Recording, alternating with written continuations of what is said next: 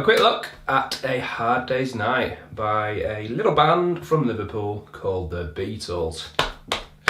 It starts with a very iconic sound of a G11 sus4 chord. Now I'm going to get you to do this down in open position. So this video is a kind of beginner friendly version of this song. I'll mention some things you can do to kind of bring it to life a little bit, but I'm going to teach you the chords and some basic strumming. Okay, now that first chord, it's built around the open position with the third finger on the third fret of the low E string. The pinky crosses the neck and goes on the third fret of the high E string, so we've got two G's. Then the first finger goes on the first fret of the B string, giving us a C natural, and the second finger goes on the second fret of the G string. That gives us an A. Okay, there's our 11 or 4, and we've got an open D in there for our fifth.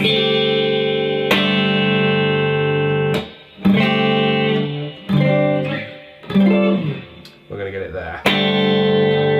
Okay. It's the only time we hear that. You strum it once and you let it ring, and when you're ready you come in with a G major. Now, I'm going to be a little bit pedantic and ask you to play the G major with the pinky on the high E string at the third fret and the third finger on the third fret of the B string. So you've got that going on at 3 and 3. Third fret of the B with the third finger, third fret of the high E with the pinky. Then you're going to put the second finger on the third fret of the A, and the first finger on the second fret of, the second finger's on the third fret of the low E, should I say, and the first finger is on the second fret of the A. Now, the verse of the song, it's been a hard day, that stuff is G, and we're going to go down, down, up on the G, down, down, up. So it's G. And then we change to this chord called C add 9. Now the third and fourth fingers stay in the same place, which is why I got you to do that. And all you do with the second and first is move the one string towards the floor each. So the second finger goes to the A string and the first finger goes to the D string. Okay, now the first bar of the verse gives us G and C add 9.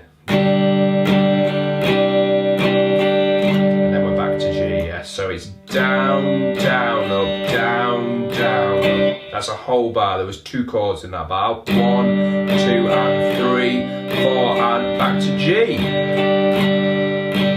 Second bar of the verse is a stay on G for the whole bar. So now we get down, down, up, down, down. So the first 2 bars, 1, 2, 3, 4 and G, C add 9 and G. Then we're going to go to F. And this F you may have seen before. First finger on the first fret of the B, second finger on the second fret of the G, third finger on the third fret of the A, and the pinky on the third fret of the D. And it's a full bar of F, so it's down, down, up, down, down. Now, really, we don't want to hear the E naturals, the open low E and high E. Now, I kind of bring my thumb over the edge of the neck just to get a little bit of contact with the pad on that low E. So if I do accidentally strum it, it's muted. And I'm purposely letting the pad on my first finger mute the open high E string as well. So we don't want this, where those 2 notes ring and give us like an F major 7 sound. We want proper hardcore major, yeah? Get that sound. So on the F of the bar 3, it's down, down, up, down, down. Then we go to G, down, down, down, down. Okay, so that 4 bar passage. 1, 2, 3, 4 and G, C add 9 and G, F, and back to G. Bars 5, 6, 7 and 8 is the same pattern. It's G, C add 9 and G, and F and G. I'll give you that 8 bars together. The whole time down, down, up, down, down, up. If there's two chords in a bar, one chord gets down, down, up, and the second chord gets down, down. Let's try it. 1, 2, 3, 4, and G, C add 9, and G, F, and G. Same again. G, C add 9, G, sorry, and F, and G. The challenge in there is probably the G to F. Now I noticed this little transition, kind of helpful little hint for transition from G to F, that the third and fourth fingers are already at the right fret. They just need to move from B and E to A and D. That might help. Watching them move up to A and D, yeah? You could also think of the E major shape contained within it. If you think of an E major with 2, 3 and 4, move everything up 1 fret. Sorry, 1 fret, not 2. And you can build your F with the first finger coming onto the first fret of the B. You'll want to do a few transitions of G to F. Okay, now bar 9 of the verse is C, classic old C major. Yep, down, down, up, down, down, up, D, down, up, down, down. We know C and D, I hope. C's like that, third finger, third fret A, second finger, second fret D, open G, first finger, first fret B, and an open high E, and then D, first finger, second fret G, third finger, third fret B, second finger, second fret high E, with an open D at the bottom. So we've got C, D,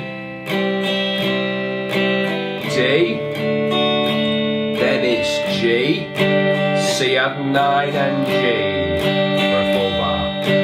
So C for a bar, D for a bar, half a bar of G, half a bar of C add 9, and a full bar of G.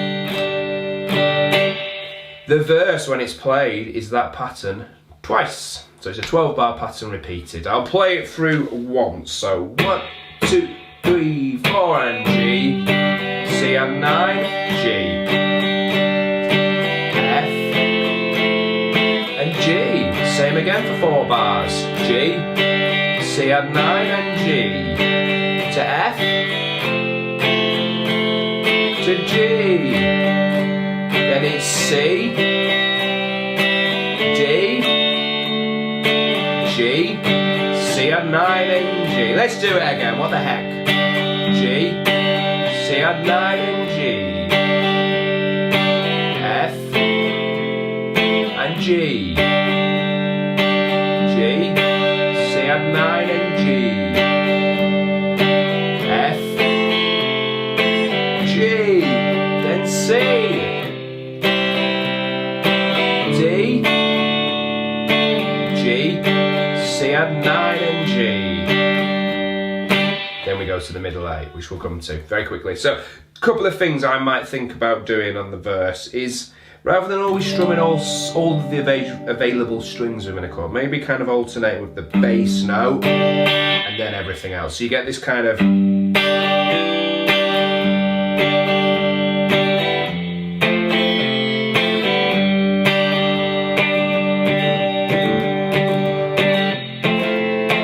Still thinking down, down, up, down, down, up, but I'm just kind of adding in a little detail with the bass note. And then I might accentuate the first beat of each bar. So...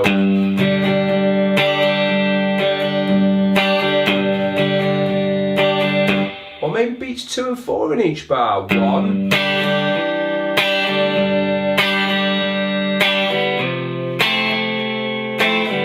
just to elevate things with that kind of stylistically appropriate feel. Right, let's have a look at the middle A. We start with the B minor. That's first finger at the second fret of the high E, second finger at the third fret of the B, third finger on the fourth fret of the D, and pinky on the fourth fret of the G. Now, this is a kind of easy way, I hope you find it fairly easy, of playing a B minor. You could take your first finger and play a bar chord. If you've had a look at that already, you'll know what I mean. If not, this possibly isn't the time to introduce that, but we will look at that in another video. So you've either got just the first finger playing the high E at the 2nd fret, or you can lay it flat across the A, D, G, B and E strings. You're essentially taking an A minor chord, moving it up 2 frets, and using your first finger as a capo. For the sake of this video, I'll be using that shape, yeah. So our strumming pattern for the middle 8 is going to change to down, down, up, down, up. Yeah, that's down, down, up, down, up. Let's have a look at it. So I'll shout out the chords. It's 1, 2, 3, 4, and B minor, E minor, B minor, stay on B minor, G, E minor, C7, D7. So we know our B minor. E minor is 1st finger 2nd fret A string, 2nd finger 2nd fret D string, all 6 strings, then back to B minor, and it stays on B minor. So the first 4 bars of the middle 8, B minor, E minor, B minor, B minor again. Then we get G, like the first chord in the verse, and it's G, E minor, then we play a C dominant 7. This is a really handy shape to know actually. You're going to put your first finger, 1st fret of the B string, 2nd finger 2nd fret D, 3rd finger 3rd fret A, which is just a C major, and you're going to pop your pinky, your 4th finger, on the 3rd fret of the G, which gives us a dominant 7 sound. Very common in blues and kind of funk music, that dominant 7 sound, but it's going to crop up in other styles as well. So, C7, then we get a D7. Those of you that have ever learned Roll With It by Oasis, it's the first chord in that. Your first finger's at the 1st fret of the B, 2nd finger 2nd fret G, 3rd finger 2nd fret high E. Let's try that middle 8 again. So 1, 2, 3, 4, B minor, E minor, B minor, still on B minor, G, E, C7, D7.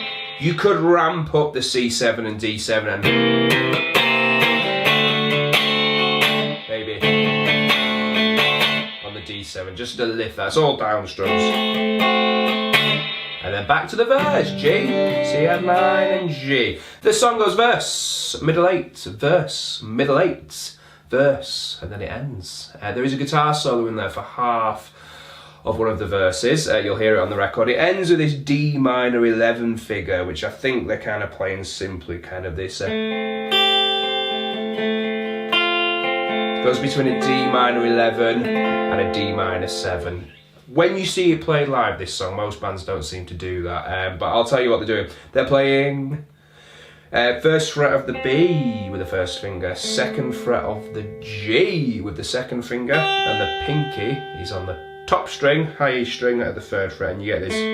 And then you play exactly the same, but lift the pinky off the 3rd fret of the high E, and that makes it a D minor 7, so it's G string, B string, E string, B string, G string,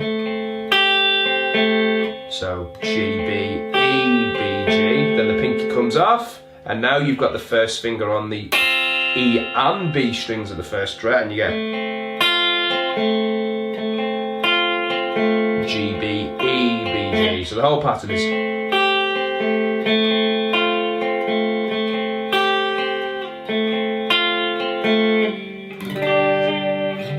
I hope that helps. It's a cracking pop song. They were quite good at writing these songs, Lennon and McCartney, so get it down. It's a good way to cement that down, down, up, so down, down, up, down up strumming pattern, and your down, down, up, down, up strumming pattern whilst changing between these chords.